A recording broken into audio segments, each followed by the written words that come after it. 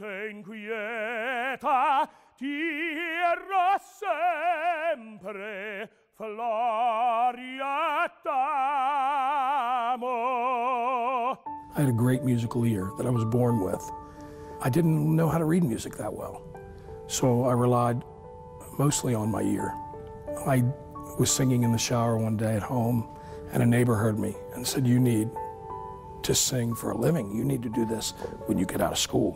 When I auditioned for Shenandoah, and the teachers and the professors were telling me, "You have an amazing gift," I knew that I had something. I didn't know how to use it, but I knew that I had a gift.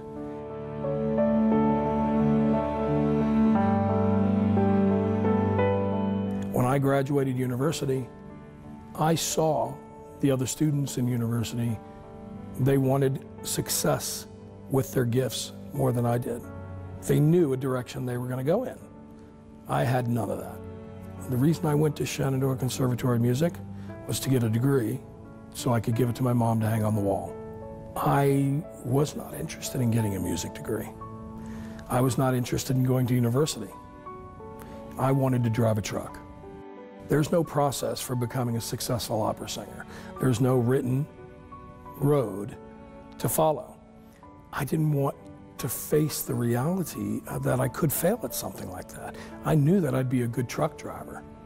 I would have never picked to be a singer, but I was picked to do this. I just embraced it. And I thought, okay, I wasn't raised on opera. I didn't really know much about it. I did study the voice, but studying the voice is not really opera. It's learning the technique of singing. When I got into opera and really started singing it, I fell in love with it. L'alma quieta. I sing a type of opera that's called verismo, which means real life. It deals with death, it deals with happiness, it deals with marriages, it deals with normal life. I've sung in Hong Kong, Seoul, Korea. I've sung all over Italy, all over France, all over Spain, all over Germany. I've sung all over America, all over Canada. I've sung all over South America. The only place I want to go and I haven't sung yet is Australia. I get asked all the time how opera has changed my life. I never thought I'd end up singing opera. I'm a poor white kid from Arlington, Virginia. I've got to travel the world, and I get to sing for people that love that music.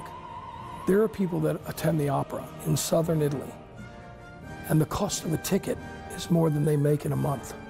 And I go out on stage and I want to give them more than what they paid for, because I was one of those poor people.